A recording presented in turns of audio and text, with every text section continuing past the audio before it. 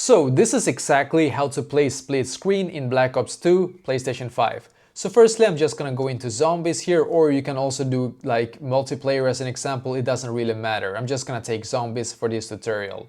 Then I'm just gonna click on LAN party and click on create a game here, as you can see. So I'm just gonna create a new game.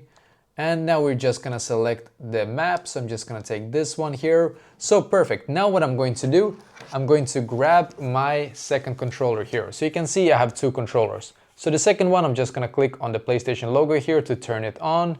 And then I'm just gonna select a profile. So this one right here, for example.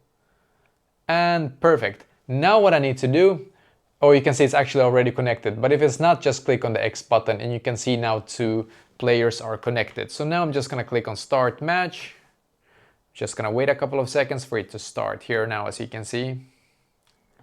So let's just wait a couple of seconds for it to start. It should be split screen now. Let's see here. Yeah, you can see it's now split screen. So the first one, which is this one, you can see it moves in the first, and the second one moves down below here instead, as you can see. So yeah, this is exactly how to actually play split screen here, as you can see on Black Ops 2 on your PlayStation 5.